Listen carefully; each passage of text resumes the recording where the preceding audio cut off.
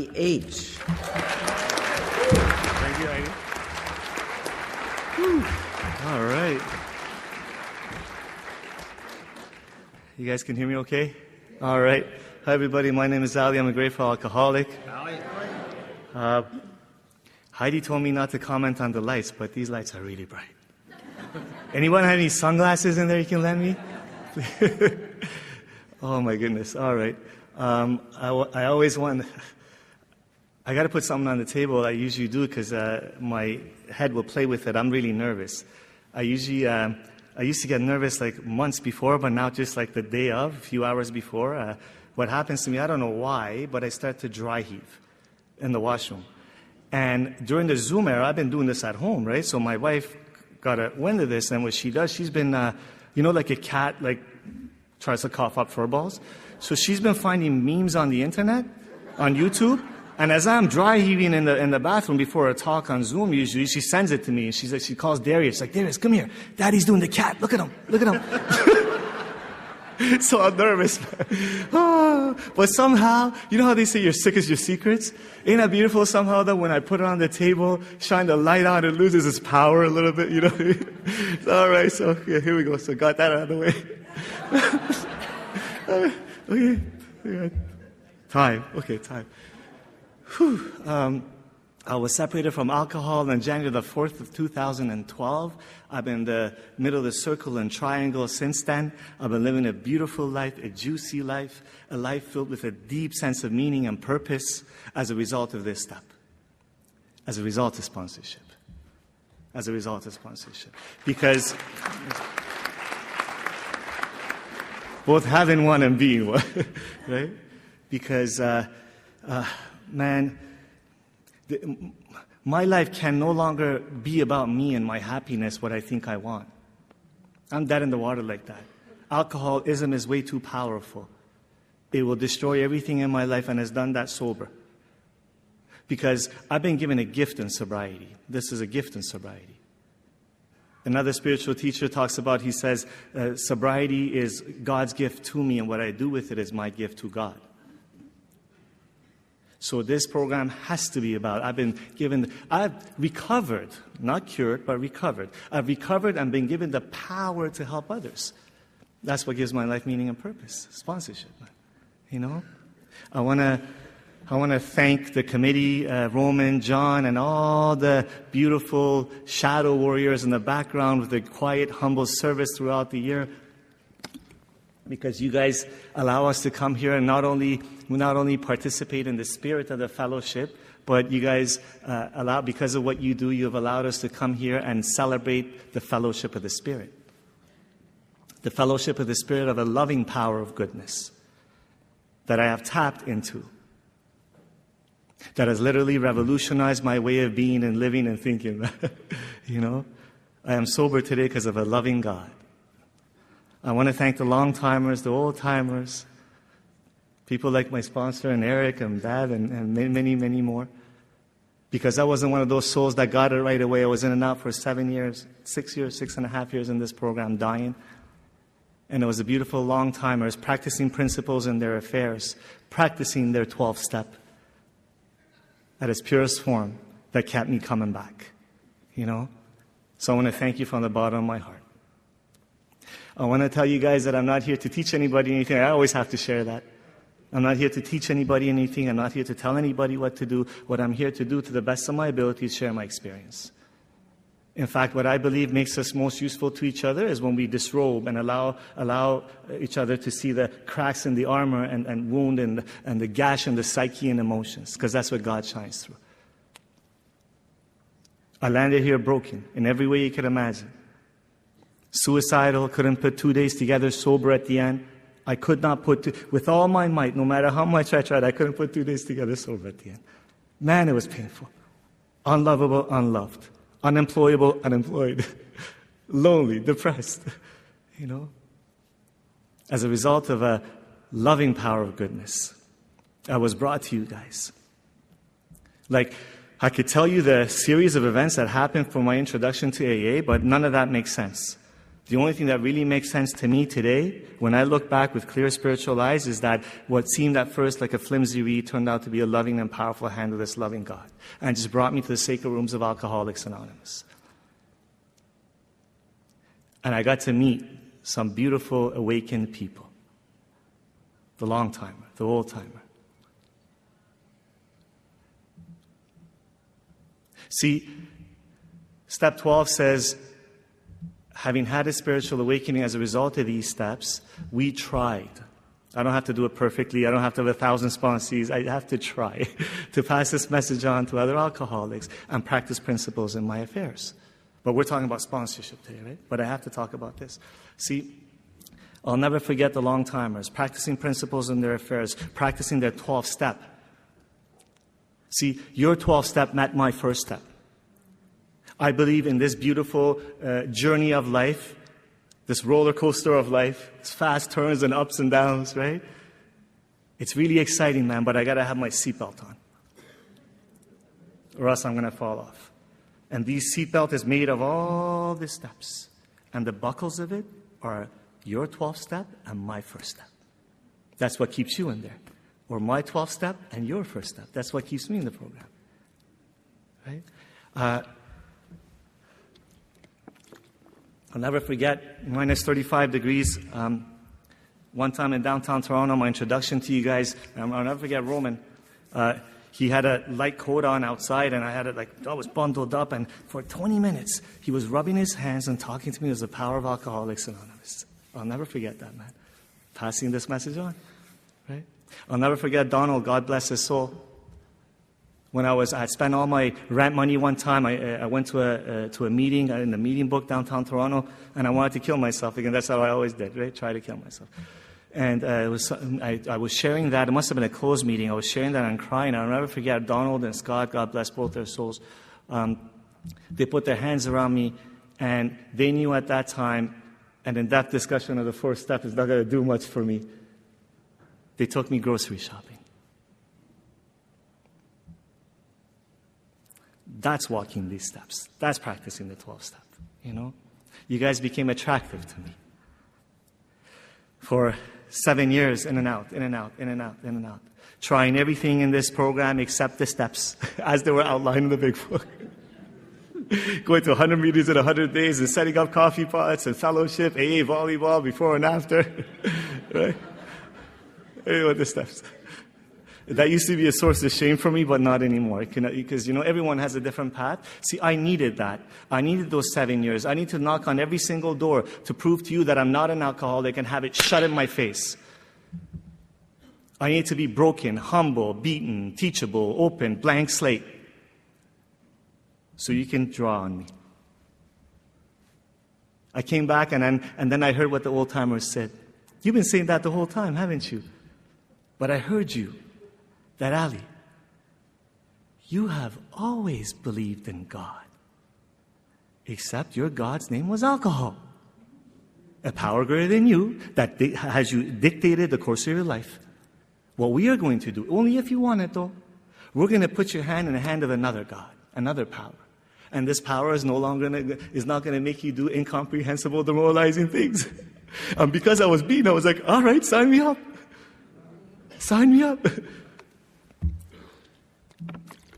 My last drunk wasn't as bad as the 50 before that. I was renting a room in Our Homes, southeast Toronto there. It's a men's recovery home. I was back in AA 4 months, a lot of meetings, a lot of service, no steps. I went out for one night and I drank and I snuck back in.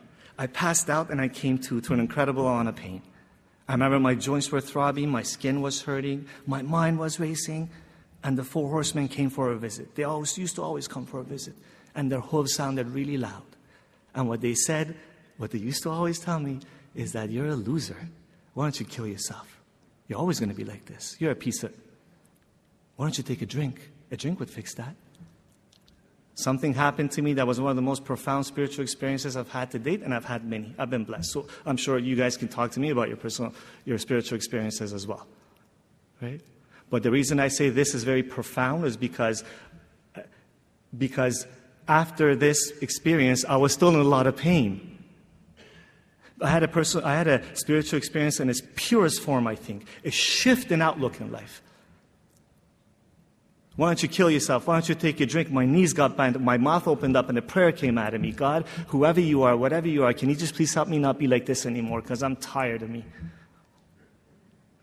After that prayer, haven't had a drink since, man.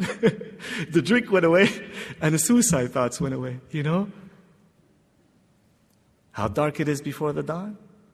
If you're in pain today and dark today, thank you for being here. Don't leave, what did it say, 5 minutes before the miracle happens. Sometimes before the dawn, it gets really dark. This power shined its light, brought me back to the rooms of Alcoholics Anonymous, put a new teacher in front of my path. This teacher, Donna, she's in Winnipeg now. Beautiful native Indian lady. She opened the big book with me. We started to go through a line by line, follow the black on the white. That's what we did. Follow the black on the white. And if it said to identify with something, I would identify if I could. If it said to take an action, we would have moved forward until that action was taken. And I'll wrap it up because I want to talk a little bit more about sponsorship and my experience of it. I'll wrap this piece up. If I had to put a bow on it, my experience with the steps, first round of the steps are not a homework assignment. I don't graduate, right? It's a way of life. So my first round of the steps, I guess the best way to describe it is if my entire life I was in a pitch black, dark hall. Imagine there was no lights, no bright lights, pitch black, right? And my entire life I wanted to walk from this side of the hall to that side of the hall. I can't see, I can't hear. I keep on hitting you and falling down and breaking my ankle and pissed off and angry and drinking at you. That was my entire life. As a result of these steps, it's as if like somebody went in the corner of the room and flicked on the light. Somebody went in my heart and flicked on the light. I was like, whoa, are you kidding me? Look at the colors. You mean it was me the whole time? I was sure it was you. And I became free. And I continue to become free. You know what I mean? I so appreciate Donna because her and the elders around me, they instilled in me the importance of sponsorship and passing this message on. I start to pass this message on and sponsor people. Sponsorship is multifaceted, right? Sponsorship could be a friendship. It could be a lot of things, right? But at its core, sponsorship is passing on the 12 steps of Alcoholics Anonymous so someone else can stay sober. That is at its core, right? So Donna instilled that in me, and I was scared. At 3.5 months of sobriety, I was sponsoring people. I know that's not everybody's experience, and that's okay. I'm not telling you to do that. I'm just sharing my experience, okay? So I was scared. I didn't want to, I would argue with them, like, who wants someone with 4 months of sobriety to sponsor? I sure don't, you know? And what I was told kindly and sometimes sternly is, Ali, it's none of your business to whom, how you pass this message on. When you're at step 12, you pray and you make yourself available. That's a God deal, you know? That's a God deal. I was told that if Bill Wilson and Dr. Bob Smith had some rule written in stone that you must have 1 year before sponsoring, or 6 months or to whatever set period of time, they would all be dead. There'll be no AA, right? And listen, I get it, right? Back then, everybody was young in sobriety. So everybody, I get that. And today, in our beautiful path, 87 years later, we have such beautiful old-timers with deep walks that I admire and I want to be like, right? I get that. I get that.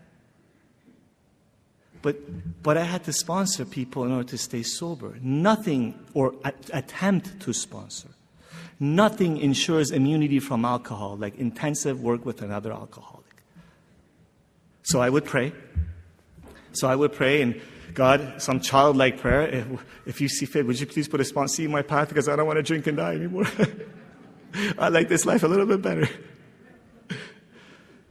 A gentleman, Ramsey, he passed away, God bless his soul. He had 16 months sober at that time. I had 3-4 months sober.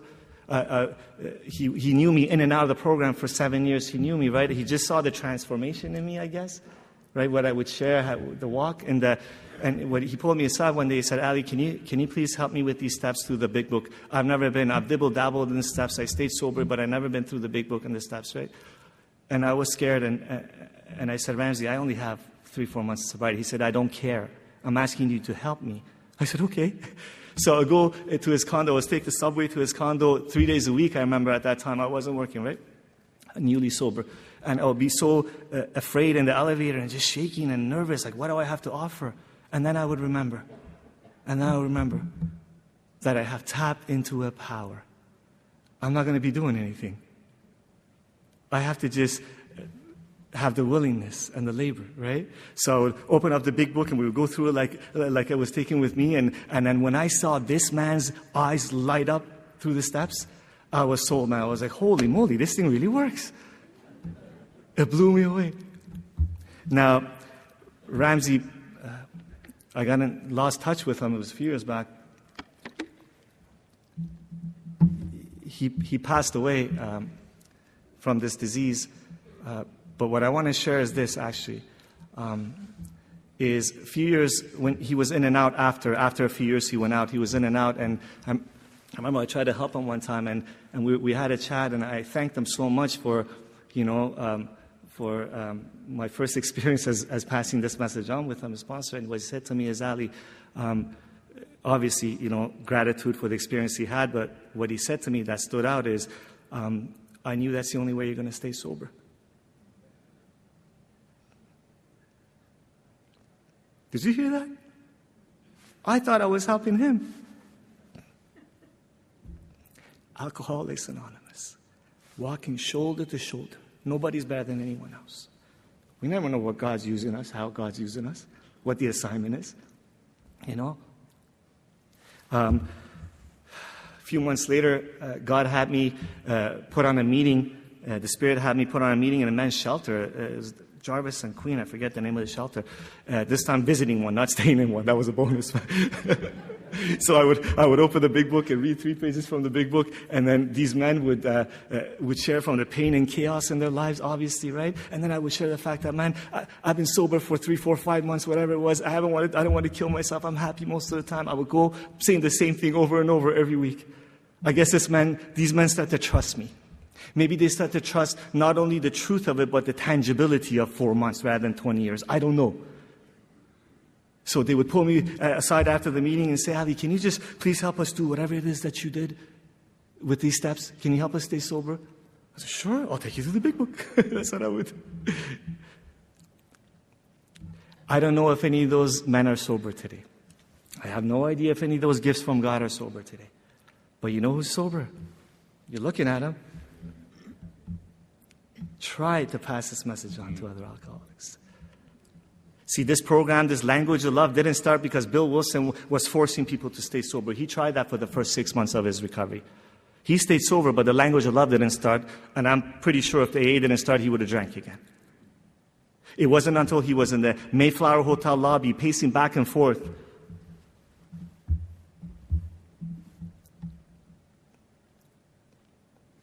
and the drink called him.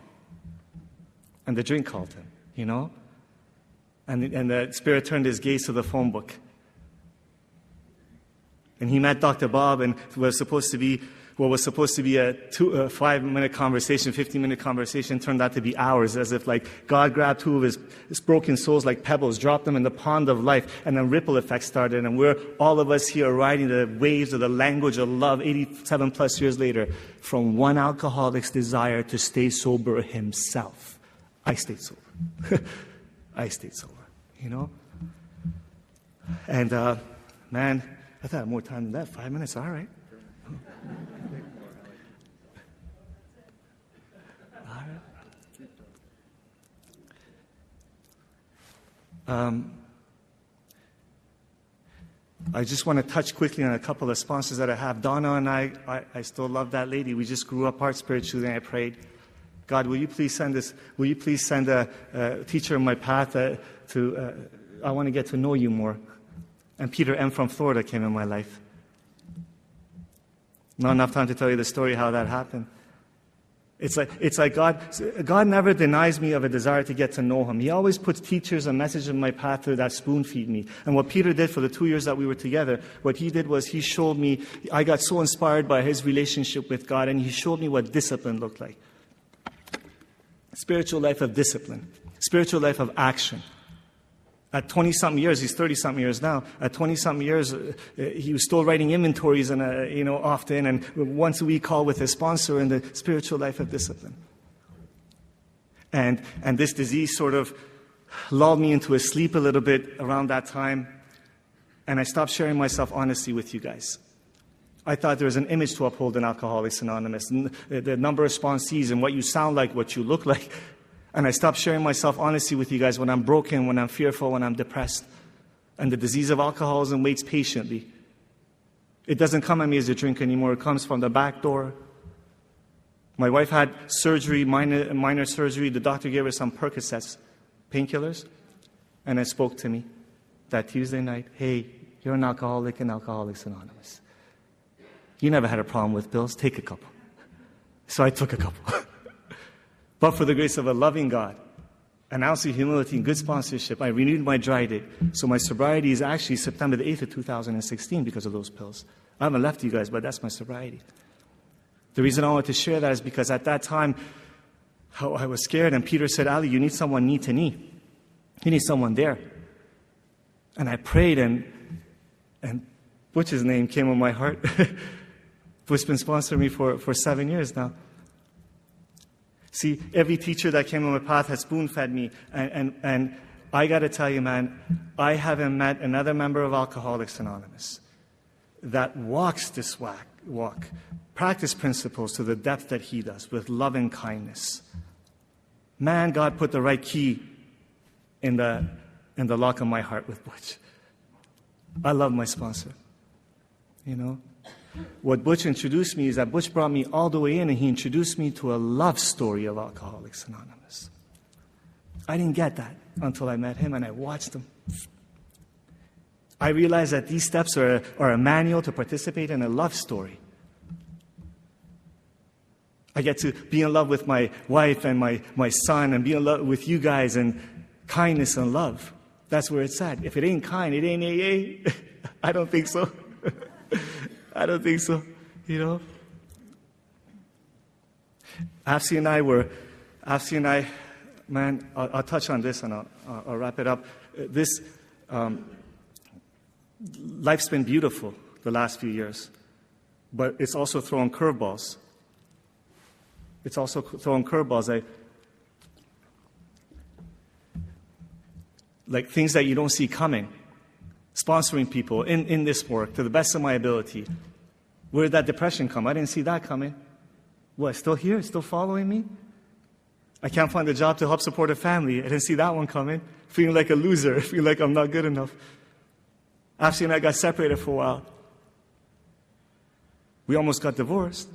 We're together still, but we almost got divorced. And I'll never forget that day in that coffee shop with my sponsor, when I was telling him what's going on, as he held my hands and he had tears in his eyes. And he said, we're going to get through this together. That's sponsorship. Now it's time to practice principles in a marriage that's not working. That blew my mind. Really? I only practice principles when things are going my way. Imagine that. Imagine that. I'm so grateful for all my teachers, for all the teachers around me, Butch and everyone else. Because through all the valleys in life, and I could talk to you a lot about these valleys, what they've done is they brought me back to the table with God for a deeper level of experience, for a deeper level of surrender of my ideas about everything. Because I don't suffer from a drinking problem. I don't. I used to suffer from a drinking solution. I suffer from alcoholism. It's a soul sickness. It's a spiritual malady that has me feeling separate from you guys. And I don't know a better way to participate in this love story than to be with you guys. And to be with you guys. If you're new, if you're newly back, thank you for being here. God bless you. Appreciate you. I'll end with this. The poet Hafez says, I wish I could show you when you're lonely or in darkness, the astonishing light of your own being. I pray that you set aside everything that you think you know. Get a sponsor, join a home group, dive in these steps, and participate in this love story that we're talking about, and pass this message on. God bless you. Thank you very much.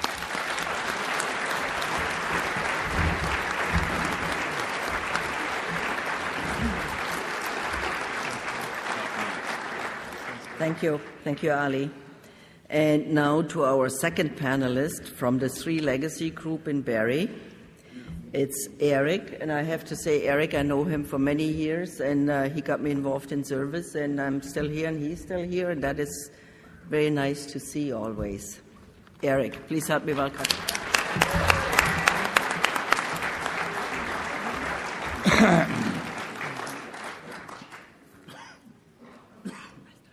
You know,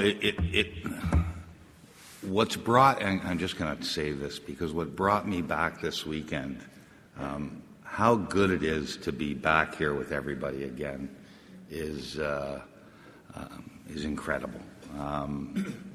We love this thing, and to see I knew this weekend was going to be really amped up. I just knew it because everybody was looking forward to it, and it hasn't disappointed. All the speakers, everybody. It's just been a great weekend. And I'm going to steal a couple lines because this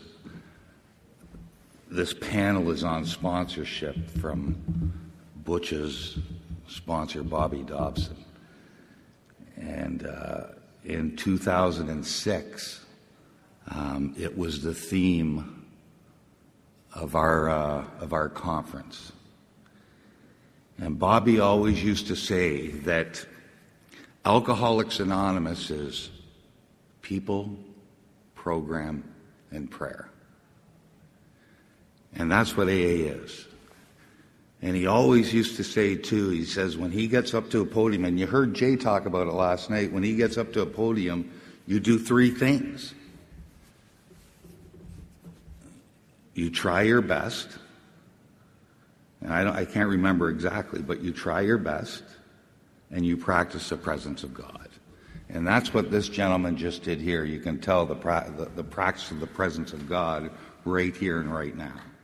And that's AA. We just be ourselves. That was the other one. And we practice these presence. First things first, how do I look?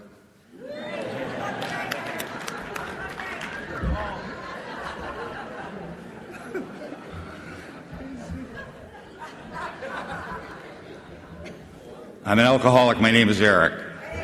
My sobriety date is July 12, 1993. I'm a member of the Three Legacy Group in Barrie. We meet Mondays and Thursdays. Thursdays for an open speaker meeting and Mondays for a closed discussion meeting. If you're ever in the Barrie area, come see us. We'd love to see you there. It's a great group of Alcoholics Anonymous. A few of us started that group in 2009. We get 60, 70 people out to our closed meetings. We get 60 or 70 now since COVID out to our open meetings. It's a vibrant group of Alcoholics Anonymous. It believes deeply in sponsorship. It believes deeply in the Three Legacies. That group is involved in every area of the Three Legacies. And if you ever get a chance to come there, come and see us. We'd love to see you. Get a great cup of coffee. There'll be 2 or 3 people at the door waiting to shake your hands. There are a few of them here today that always shake hands. And you'll get a good, solid, solution-based meeting of AA. So if you're ever in our area, come see us. We'd love to see you there. I try not to take myself all that seriously in AA. I can remember about 10 years ago, there was a guy sitting in the front row. This guy sort of looked like this fella right here. Yeah. No, the other guy. No, you. Yeah. And about 5 minutes into my talk, he started to snore a little bit, eh? Oh, yeah. It got me off my game. 15 minutes into my talk, he's got a honker going, eh? And this is the worst AA talk I've ever given. All I want to do is go home. It's terrible. 30 minutes into my talk, he's got a Fred Flintstone snore going, and I am going absolutely out of my mind. And finally, I said to the guy beside him, I said, could you please wake that fella up? Some guy yelled from the back, you wake him up. You put him to sleep. So I don't take myself all that seriously in AA. Keep it in the words of Dr. Bob. Keep the Freudian complex to the scientific mind. AA's values of simplicity must prevail, and they do. I was down in Cleveland, Ohio. I was a year and a half sober. There was a man down there called Jack Sullivan. Jack was a good old boy from Louisville, Kentucky. And he had a friend of his named Wino Joel from Tyler, Texas. And I don't know, has anybody ever read those 20 questions that say you're an alcoholic, you're an alcoholic? Well, they were written by psychologists out of Johns Hopkins University. And Jack and Joe used to get a little pissed off that a professional man would be calling an alcoholic an alcoholic. So they decided to write a few of their own questions. And one of them was, have you ever had the roof of your mouth sunburned? Have you ever been arrested while in jail? Have you ever been run over by your own car while driving? And probably the granddaddy of them all, have you mastered the art of puking out of a moving vehicle without any of it coming back at you? And as you look around the rooms of AA, people are going, yeah.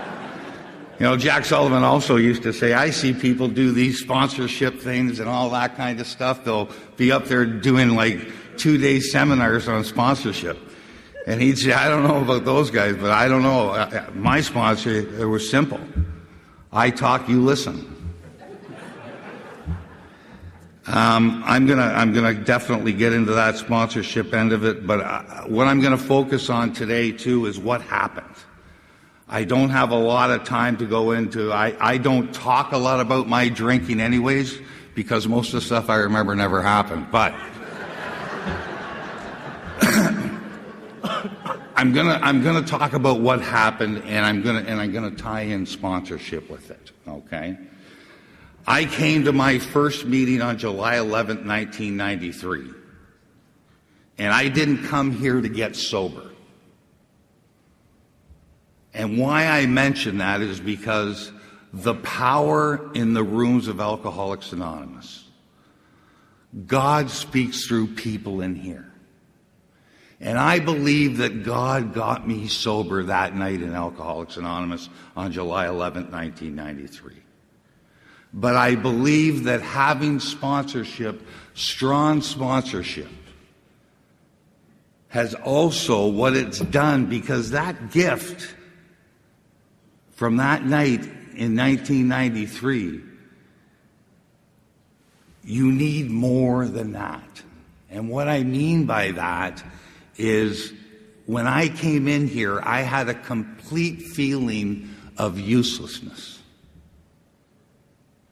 I was ineffective in every area of my life. I had absolutely no purpose in my life whatsoever. And by getting a sponsor and going through the steps of Alcoholics Anonymous, which brought me even closer to God, has given me a purpose in life that is indescribable. It has given me an effectiveness. And it's given the ability to go out and help other people. You see, Ali was talking about it. The 12th step says, we try to carry this message. We try. And sometimes people, I think, get the wrong idea of what they're talking about in step 12. And I don't mean the wrong idea. But what we're talking about in step 12 is my job is to go out and give this thing away. You see, I believe the big book of Alcoholics Anonymous is not a book that's meant to be studied. It's a book of instructions and directions that have to be followed for us to have a spiritual experience or a spiritual awakening or a psychic change. If studying the big books helps you to do what's in it, it's a beautiful thing. But the reality is, if we want to have that experience, we must do what's in that book. And so there are people today that are drunk that I sponsor. There are people today that don't come to AA that are sober still. There are people that are dead. And there are people that are sober. But the reality for me, and Ali said it, good old Eric is sober today. I try to carry the message. That's what I try to do. On July 11, 1993, I came to the Bayview group of Alcoholics Anonymous. My brother Paul was 4.5 years sober at that time. And a friend of his named Margaret T. was getting a 1-year medallion at the Bayview group. And I was coming off a 2-week bender. I was doing things that alcoholics do when they withdraw from alcohol. I was shaking. I was sweating. I was seeing things. I was hearing things. And Paul had never, ever mentioned Alcoholics Anonymous to me. You see, this program is attraction rather than promotion. And I watched Paul for 4.5 years running around getting better in AA. I saw AA in action. Do you ever hear the phrase that your actions speak so loud you don't have to say nothing? And I watched him for 4.5 years gain the respect of my parents back, his friends back, my brothers back, his work back. I saw his life change 180 degrees. And Paul never mentioned Alcoholics Anonymous to me. But this one night, after this bender that I was coming off, Margaret I had started to get to know a little bit. And he really, really wanted me to come to that meeting, and so did she. Isn't it funny? The worst thing I thought I could have done to myself was come to AA. Turns out to be the best thing that ever happened to me. Isn't that weird? That's my decision. That's how foggy my brain was. I ended up going to the Bayview group of Alcoholics Anonymous on July 11, 1993, and there's 2 things that happened to me. There were 3 people on each side of the door saying, "Welcome to Alcoholics Anonymous, we're glad to see you. This is the Bayview group." And for the first time in ages, I had felt a little hope. You see, nobody was ever excited about seeing me. The second thing that happened is everybody was running around that room excited about being sober. I don't know about you, but I was never excited about being sober. Because alcohol was my solution. I couldn't imagine a life without alcohol. It's impossible. Who would ever want to do anything that crazy? It's nuts. And Ali mentioned it earlier on, and Butch talks about it, and he'll probably say it too. Well, maybe not after I say it, but that handshake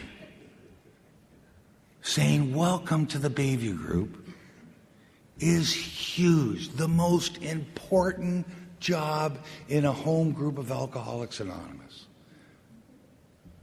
Because an in-depth version of the 4th step really isn't going to do you a lot of good at that time. And you know the way medallions work. Everybody gets up there. They say nice things about the person. And, they tell them how great they are. And, they're lying, but they're saying nice things, And, they do that, and they say nice things. And then the sponsor gets up, says nice things too. And then the recipient gets up and gives a little speech and all that. And then the secretary got up, and her name was Marlene. Marlene's on pre-registration. I know Marlene a long time now. And my whole family's sitting there. My brother's sitting there, a friend of my brother's sitting there, and my mom's sitting there, and I'm sitting where the guy in the orange shirt is. And they go out to give the chips out, eh? They come 9 months, 6 months, 3 months. They didn't have 2 months at that time, 1 month. And then it gets down to that desire chip. And she says, "Is there anybody here that has a desire to stop drinking?" My whole family looked down at me. I didn't want to do anything about my drinking, because if you're anything like me, drinking is my solution. I can't imagine a life without alcohol. Who would want to do anything? I just can't imagine it. A lady got up to speak that night, and her name was Terry. And Terry was a counselor at the Renaissance Center in Toronto. I saw Terry that night, and I didn't see her till about 8 years later to thank her for that talk. And Terry, you guys know medallions, sometimes there's not a lot of time to speak, eh? And she got up that night, and she did something I've never heard before. She didn't talk a lot about her drinking. What she talked about is how she felt when she wasn't drinking. You see, Nobody had ever described the kind of person I was when I wasn't drinking. She talked about fear. She talked about self-image. She talked about resentment, anger. She talked about being restless, irritable, discontent. And this is when she's sober.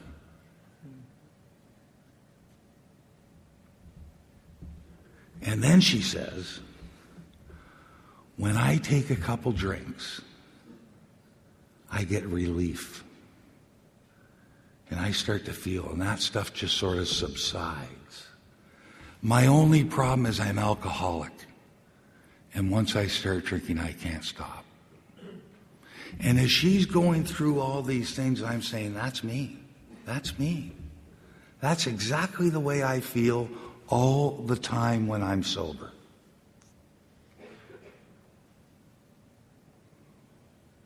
And she says, my only problem is I'm alcoholic. And once I start drinking, I can't stop. And that's me. And about halfway through that meeting that night, I started to catch just a tiny bit of alcoholism. Not much, just a little bit. And when that meeting was over that night, I was a full-blown alcoholic with the disease of alcoholism. And folks, I haven't had a drink since. The power of Alcoholics Anonymous. One meeting in a room can change your life. You see, something happened to me that night. Some kind of spiritual experience, some kind of spiritual awakening, some kind of psychic change. Now, I'm not the sharpest tool in the shed, and it took about 2 years to realize that something happened to me that night. As a matter of fact, most of the guys I hung around with before I came into AA, they weren't all that sharp either. No. We'd say, look at the dead bird. They'd all look up. Crazy. Crazy. And I went up to a friend of my brother's. His name was Eldon. I said, Eldon, I think I have a problem with booze and I want to do something about it. And he said, you know, you're going to have to get rid of all that other stuff too. And I said, I know I'm going to have to do that. You see, that night, I saw myself the way my mom saw me, the way my dad saw me, the way my brother saw me, the way everybody saw me. But the whole key to that night is I saw myself that way. And it all changed. And the beautiful thing about it, I knew I was going to be okay. I knew I was going to be okay. Now, as I said, I don't talk a lot about my drinking, but most of the stuff, as I said, most stuff I remember never happened. But I'm going to share a little story about my drinking because it sums it up. It's about an alcoholic drunk walking on a beach one day, and he's all hammered up, and he's walking down this beach, and he picks up a bottle, opens up the cork, and out comes a 9-foot genie. And the genie says, I'm here to give you 3 wishes of anything you'd like. And the alcoholic says, I'll have an everlasting bottle of whiskey. Bang, there it is. Puts it up to his mouth for 15 seconds, puts it down, fills right back up. You know the way we are. We don't trust all that much, eh? He says, I'm going to haul on this sucker for 30 seconds. Hauls on that sucker for 30 seconds, fills right back up to the top. He says, okay, I'm going to haul on this baby for 1 minute. Hauls on that baby for 1 minute, puts it down, fills right back up to the top. The genie goes, do you believe me now? And the alcoholic goes, yeah, this is a miracle. And the genie goes, you got 2 more wishes. And the alcoholic says, I'll have 2 more of these. You see, the promises in the big book of Alcoholics Anonymous came true long before I came to AA. When I had a few drinks, I found a new happiness and a new freedom, absolutely. When I had 4 or 5 drinks, I intuitively knew how to handle situations which used to baffle me. When I had 7 or 8 drinks, financial insecurity just went out the door. When I had 9 or 10 drinks, I knew that alcohol was doing for me what I could not do for myself. Are these extravagant promises? We think not. I'm going to go right to when I was 3.5 years sober, dying in Alcoholics Anonymous. Dying. I fell in love with the coffee pot, and that ended. And it was the most devastating thing because I had no tools to deal with it. As a matter of fact, at that time of 3.5 years sober, because I was active in AA, I did the steps. I don't know if I did them fully, but I did the steps. And at that time, at 3.5 years sober, I knew why I drank in the first place. because I was feeling stuff that I never wanted to feel. That's the stuff that made me drink, because I couldn't stand feeling that way. And in 1993, believe it or not, for a lot of you newer people, and my sponsor will say this too, not a lot of people were doing big book work. Not a ton. But I met a guy at my home group, and my first sponsor, Jerry C., who was unbelievable,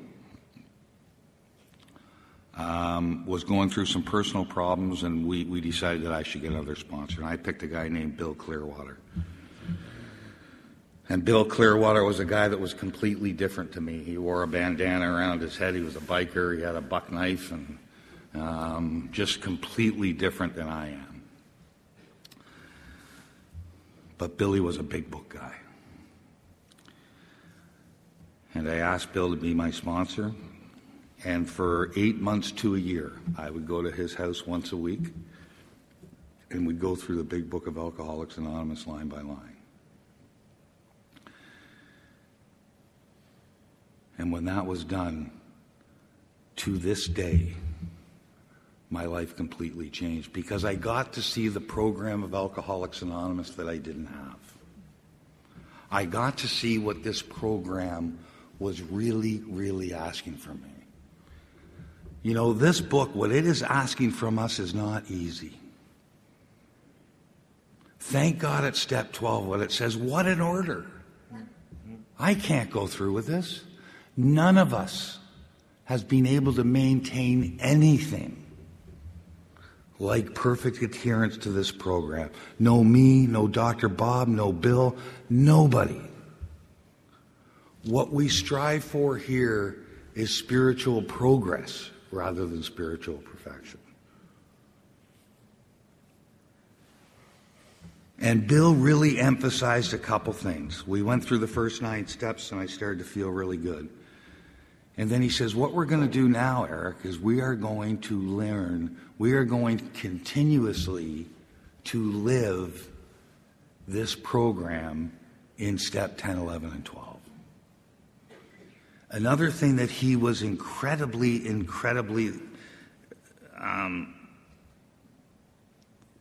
what's the word I'm looking for? That he really wanted me to focus on were the principles of Alcoholics Anonymous. Now, Alcoholics Anonymous doesn't necessarily have its own guides and principles, but he had some that we'd look at each step. He said, Eric, we don't do this. We don't work the steps here. We do the steps. And there's a principle in each step that we focus on to try and live our life. How am I treating the guy at work? How am I treating the taxi cab driver? How am I treating everybody? It's very easy to be a spiritual giant here in AA.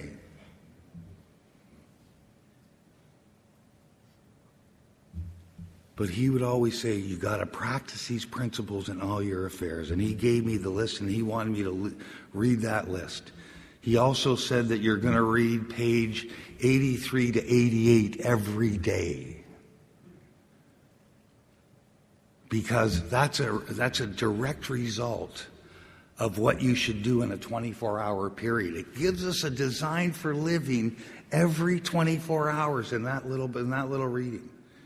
I've been reading that every day for 25 years. And I really believe when you keep reading it and reading it and reading it, sooner or later, it's going to become an action that's automatic.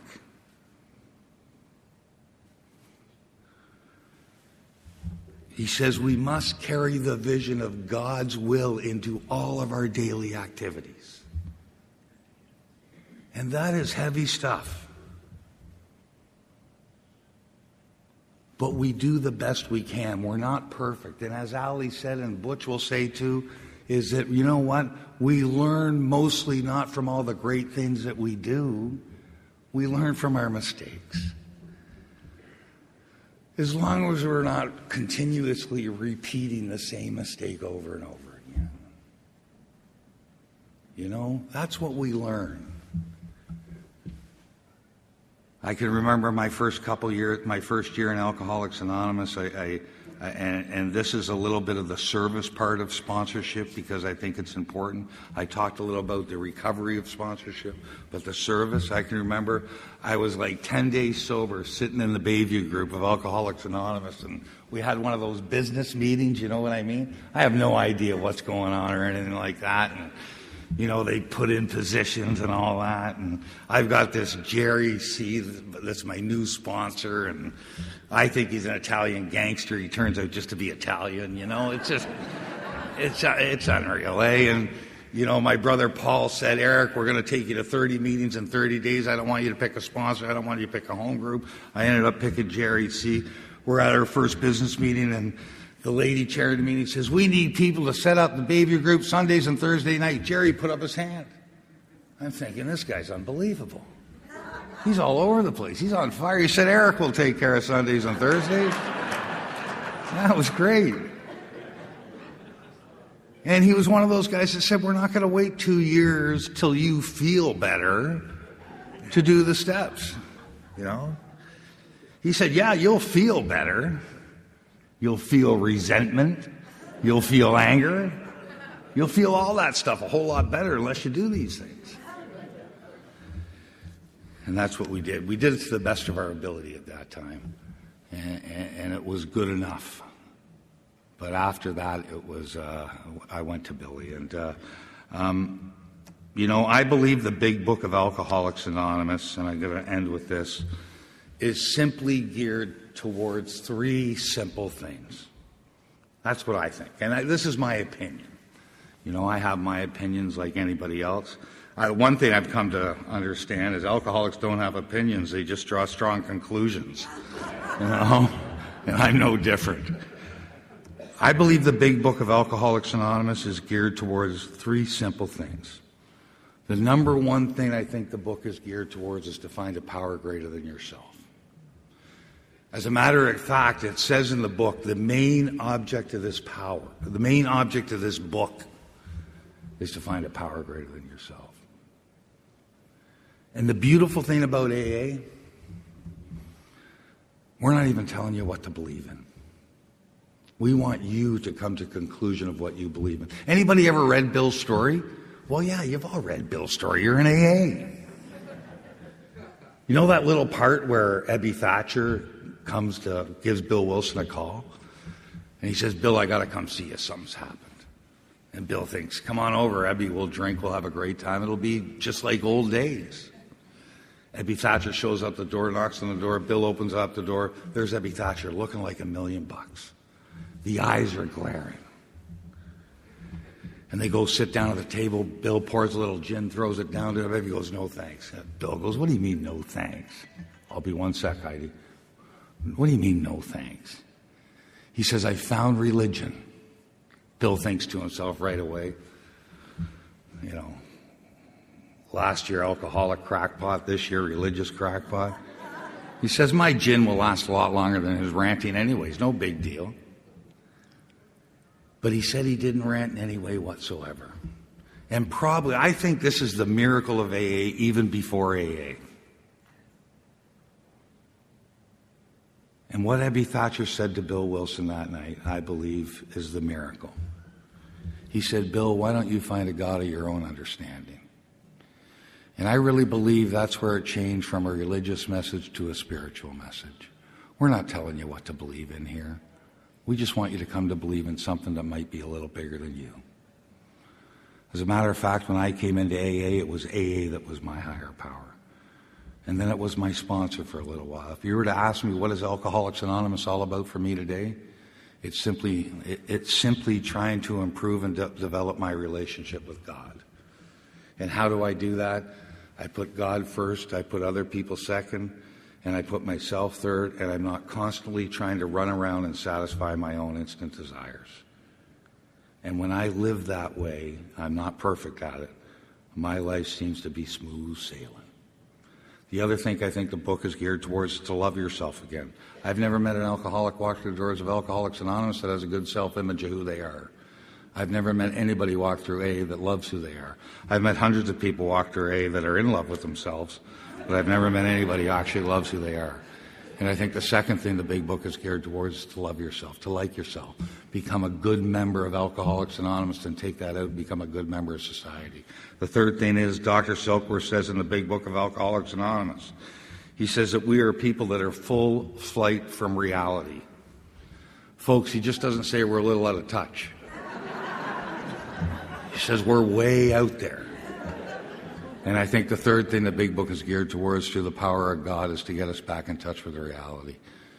Become responsible members of Alcoholics Anonymous, and then responsible members of society. I hear people say to me, don't live in AA. Don't live in AA.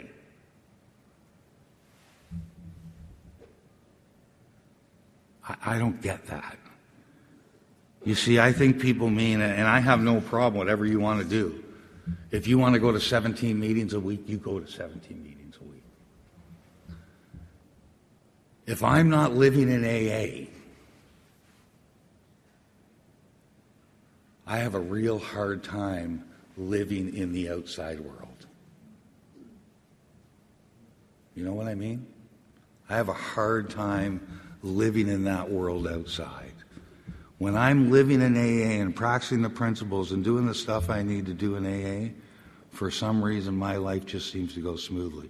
Do you know that I have to spend about 45 minutes to an hour, half an hour to 45 minutes a day? I do readings and all that kind of stuff, and I tell you, 83 to 88, I do all that. You know why I do that? And pardon my language, but there's always some asshole out there trying to ruin your day. And you got to get ready for them. You got to get ready for them. When I'm doing that, I seem to function very well in the outside world.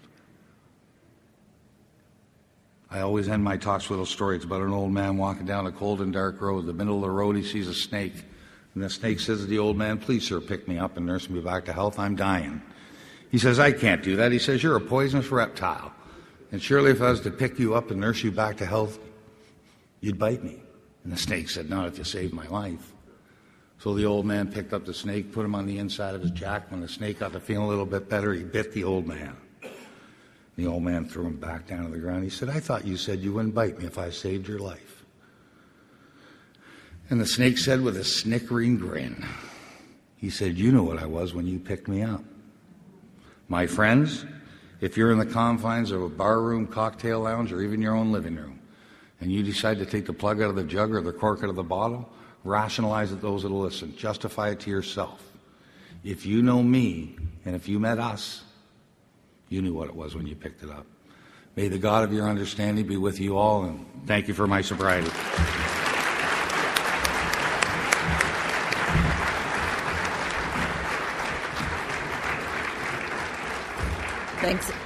Thanks, Eric. Great, Eric, to know you for many years. Anyways, our next panelist is again from the Three Legacy Group in Barrie, and his name is Butch M. And please help me welcome Butch.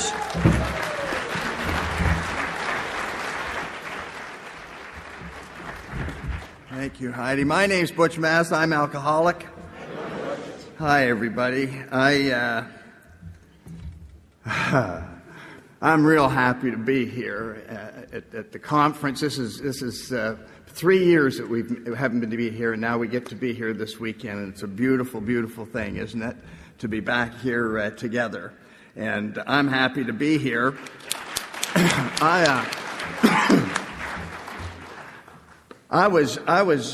Alcoholics don't make decisions real quick, and often make the wrong one, but I was trying to decide before coming into this meeting if I should use the washroom.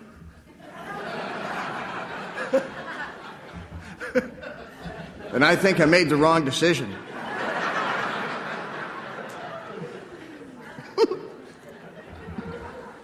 So we're going to wrap this up fairly soon.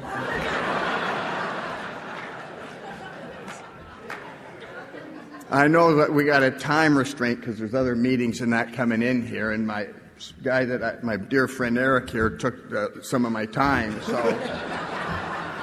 pontificating. I got to talk fast. It is good to be here. I want to thank, I come to these events, and I know you do too, and it's a beautiful time, and we can come here and hear AA talks all weekend long, and fellowship, and a banquet tonight, and whatever else you got, dancing or karaoke or something going on, and we come and have this great weekend, and at the end of the weekend we go and we get in our cars and go home and have had a beautiful time. But these things don't just happen overnight. Somebody didn't come in here yesterday morning and turn on the lights and this is what we got. There's been people getting together now for 6 months in committee meetings planning this for us. There were people here long before you and I got here setting this up and doing this. And there'll be people here when you and I leave that'll still be down here working on our behalf. And I want to thank those people from the bottom of my heart for your service.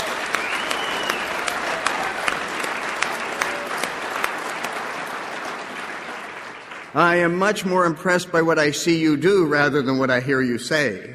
I've always had the ability to sound better than I really am, including this morning.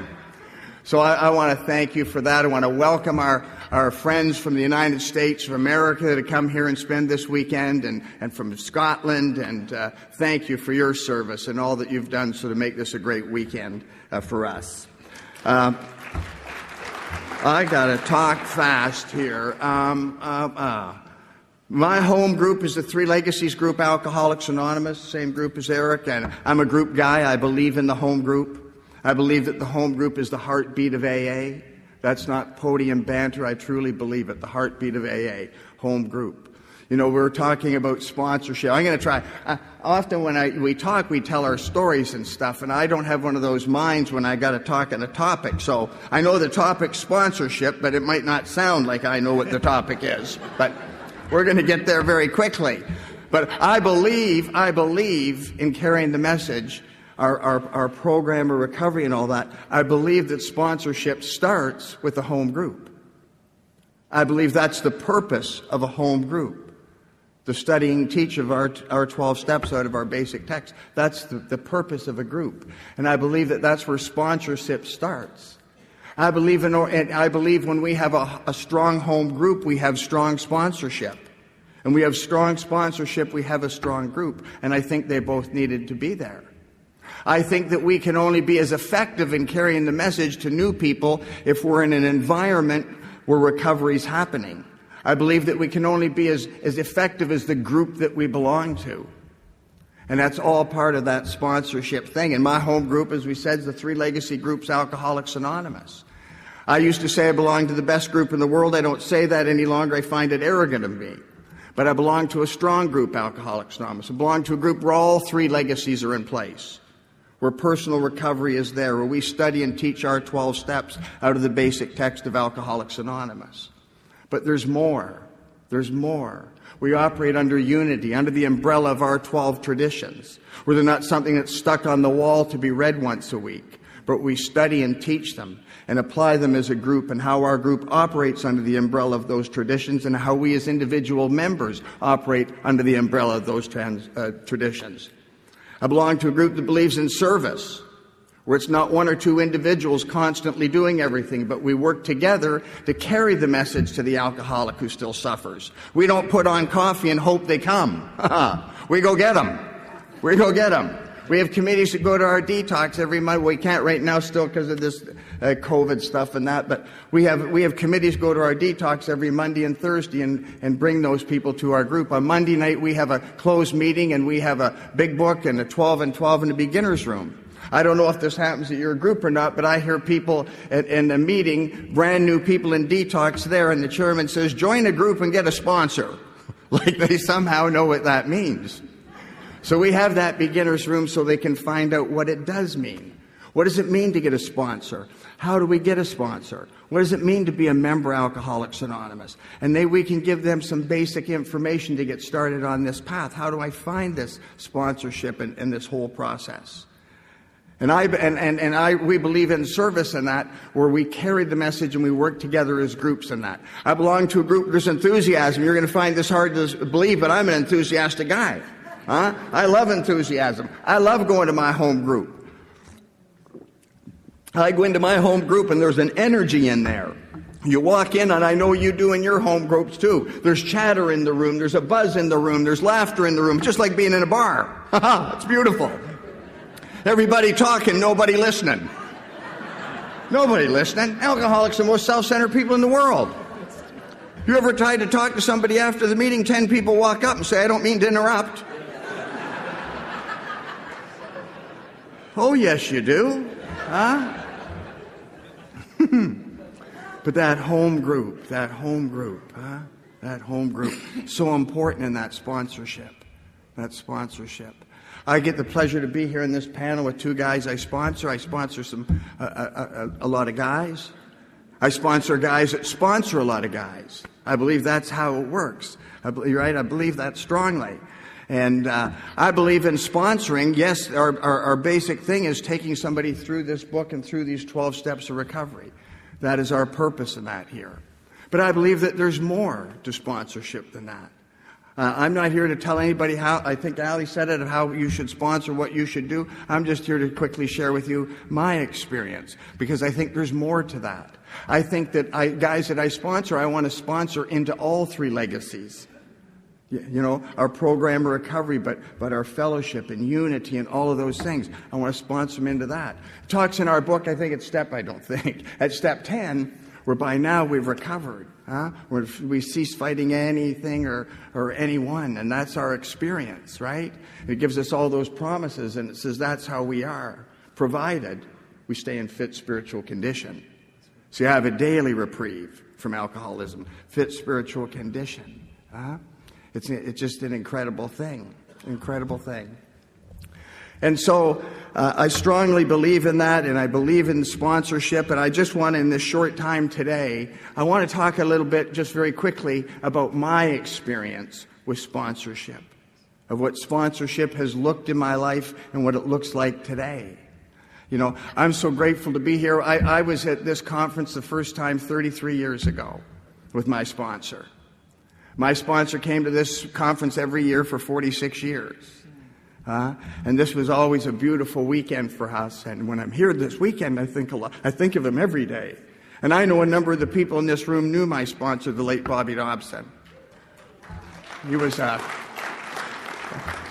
Paul did such a beautiful, last night, a beautiful talk, and talked about his sponsorship and that fellow that, I forget the name, that from Cleveland and that. My sponsor was like this here in Toronto. He was a loved man. He was beautiful. And he's the kindest man I ever met in my life. I got to talk really fast. I was brand new in Alcoholics Anonymous, and I was at my home group, and a guy announced that there was going to be a retreat in a few weekends and stuff, and I didn't have a clue what. I went. His name was Harry Camp. Harry Camp, I think, was sober about 100 years. He sponsored God when God got sober.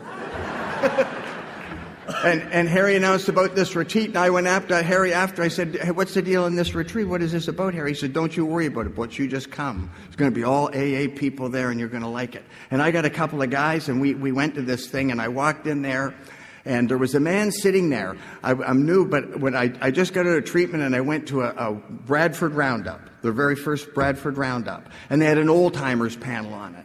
And it was my sponsor, Bob Dobson, and Tommy Hills, his sponsor, and a guy by the name of Max Henderson, all gone now. But I heard him, and I liked what he had to say. So I walk into this retreat that night, and there's a bunch of people sitting around in a circle, smoking cigarettes and drinking coffee and lying. And that man was there. And I saw him there. And I just felt good, Paul, seeing him. I just felt good seeing him. And anyway, I went and sat beside him. And we were talking into the night, and it got late and stuff, and I just loved sitting there beside him. And it got late, and he got up, and he was going to bed. It was late. And he put his hand on the top of my head. And he said, I'll see you in the morning, kid. And I felt goosebumps. I didn't think any more about it. The next morning, he was a speaker. He was telling this story. And as he told his story, I felt the emotion welling up in me. And at the end of his talk, he said he had a wish for us. He had a wish for us. That everyone there, he wished that God's richest blessings be heaped upon each and every one. And he did that, and I sobbed. I sobbed. And that meeting ended, and the rest of the weekend ended, and I'm driving home, and I've got the two guys in the car. I'm driving down the road, and my eyes are filling up with tears, and I'm trying not to cry because tough guys don't cry. And I'm driving down that road, and for the very first time in my life, I knew two things beyond a shadow of a doubt. Beyond a shadow of a doubt. And the two things I knew was that there was a loving God. And the other thing I knew beyond a shadow of a doubt, I knew I was going to be okay. And that was 33 years ago. And a week later, I asked that man to sponsor me. And he took me on a journey that was the most beautiful thing in my life. He took me through this process of these 12 steps out of the book Alcoholics Anonymous. But he taught me much, much more. Much, much more. You know, I heard now, Norm Alpier, I was brand new listening to a tape about sponsorship. He said, I'll tell you what sponsorship is. It's monkey see, monkey do. I kind of like that.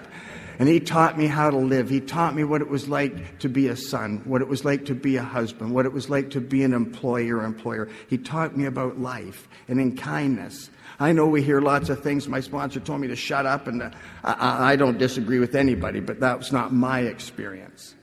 That's not my experience. It was not the way I was treated. And he took me through this process, and it's been the greatest joy of my life with that old man. And I know we're just about out of time here, but I want to, a number of years ago, my sponsor was a big smoker. My sponsor's car, the upholstery was yellow. I'm not exaggerating. 4 packs a day, menthol cigarettes. Loved to smoke. He loved to smoke. It just took away, he couldn't breathe anymore. But anyway, he was diagnosed with emphysema. And it was hard for him to get around. His last conference here and that, he was in a wheelchair. The boys were pushing him around, and he was on, oxygen, all that sort of stuff and that. But anyway, we were to go to over by Hamilton to a 1-year birthday for Cliff and Mary Hicks's daughter Nancy. And it was in June. It was hot and humid. And this meeting, we knew the meeting we were going to. It's low ceilings and it's hot. There's no air conditioning. And I called Bob up. He'd been in the hospital twice that month already. It wasn't good. And I called him up and I said, Bob, I'm going to call Cliff and Mary and tell them we can't make it. They would not want you to come there in this heat. He said to me, that young gal's expecting us. We'll be there.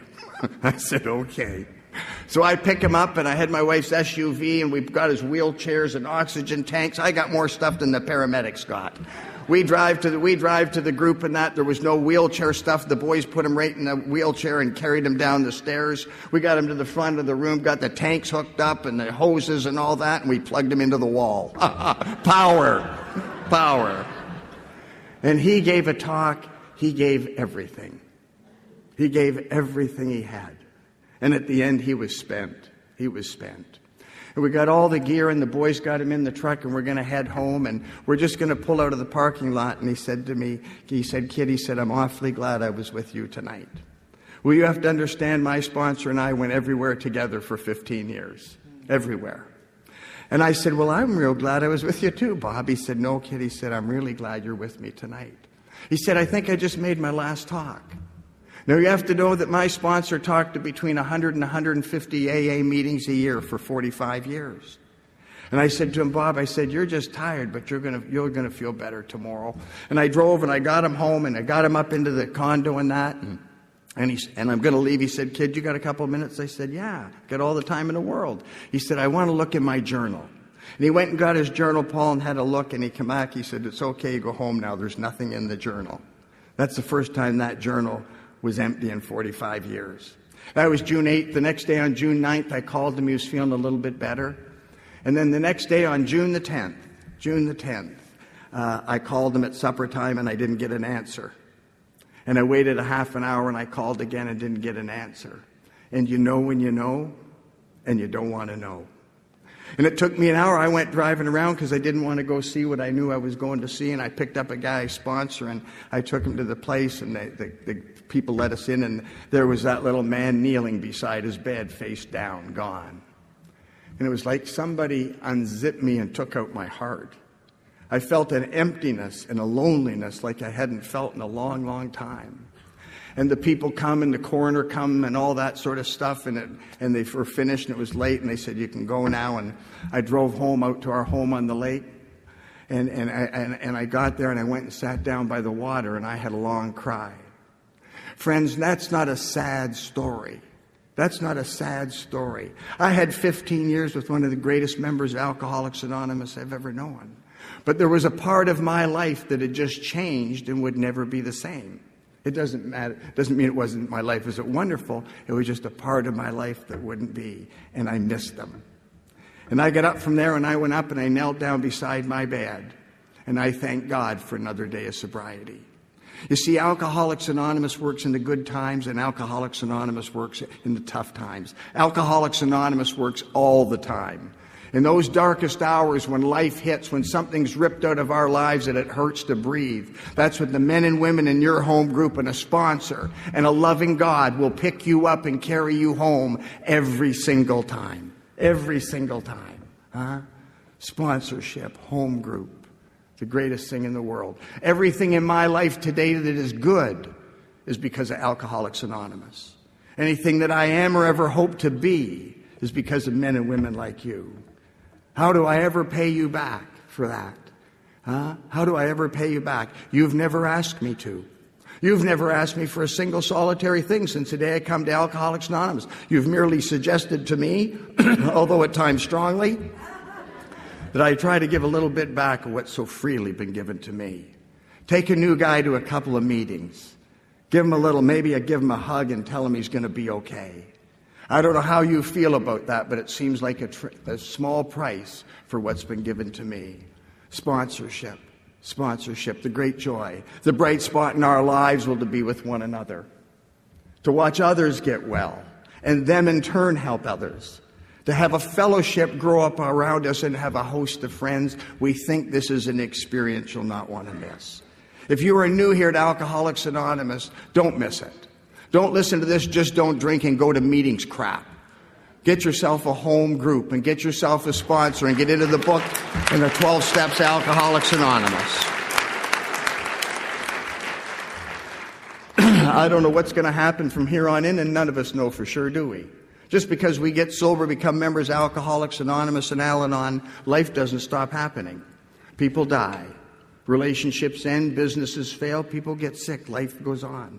But I'll tell you, every single morning, including first thing this morning, and again tomorrow, the first thing, I say to that loving God, if you see fit, I sure would appreciate it if you keep me in Alcoholics Anonymous. Because, my dear friends, there is no place in this world I'd rather be than right here with you fine people.